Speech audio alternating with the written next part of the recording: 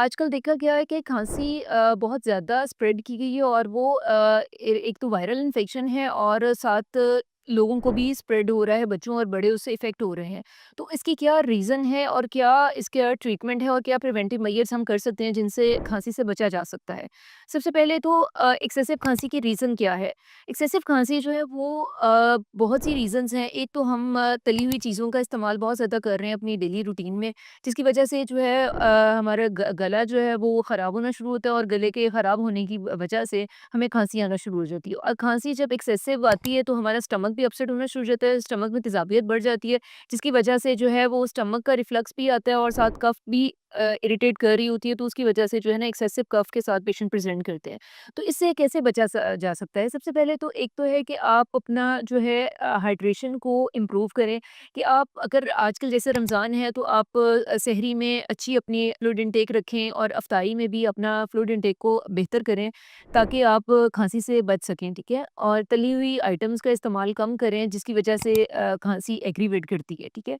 दूसरा ये है कि आप जैसे डस्ट से एलर्जिक होते हैं पेशेंट, तो उनमें भी एक्सेसिव कफ देखी गई है, ठीक है? तो एक्सेसिव कफ बच्चों में भी इसीलिए होती है कि बड़ों को अगर लगी है तो बच्चों में वो ट्रांसफ़र हो रही होती है, ठीक है? तो एक्सेसिव कफ से बचने के लिए एक तो आप डस्ट से प्रिवेंट करें, ठीक है? मास्क वगैरह पहन के बाहर जाएँ। दूसरा ये कि आप अपने जो है एलर्जिक जो एजेंट्स हैं लाइक स्पाइसेस हैं जिनसे एलर्जी एग्रीवेट करती है, जैसे कि वेदर चेंज हो रहा है तो वेदर से भी कुछ लोगों को एलर्जिक सिम्पटम्स जो हैं वो एग्रीवेट करते हैं, तो उनसे जो है वो अवॉइड किया जाए कि वेदर चेंज में आप precautionary measures like anti allergy वगैरह टाइम से ही ले लो ताकि आप जो है इनसे बच सको, ठीक है? एक और जो बहुत कॉमन रीज़न है कि आपके जो एयर है, वो एयर हमारी प्यूरीफाई नहीं है, ठीक है? उसमें इम्प्यूरिटीज़ से भरी हुई है, जिसकी वजह से हमें जो है वो कफ रिफ्लक्स जो है वो एग्रीवेट करता है। तो हमें रूम्स में या आपकी सराउंडिंग एरिया में एक ह्यूमिडिफायर यूज़ करना चाहिए जो कि एयर को प्यूरीफाई करता रहे, ठीक है? तो उससे भी एक्सेसिव कफ से बचा जा सकता है।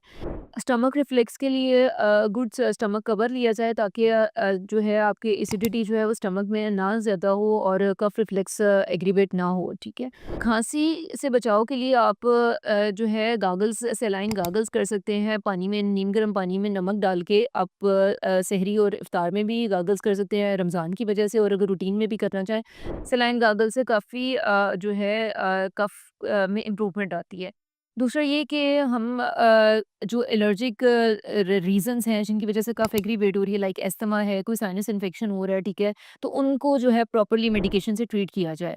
तो उस इन इन सब चीज़ों को ट्रीट करते हुए हम एक्सेसिव कफ से बच सकते हैं। अगर फिर भी 2 टू 3 वीक्स स्टिल आपकी कफ परसिस्ट करती है, ठीक है? और आपकी जो रूटीन मेडिकेशन और रेमेडीज़ से ठीक नहीं हो रहा, तो you must consult the ENT consultant for further management.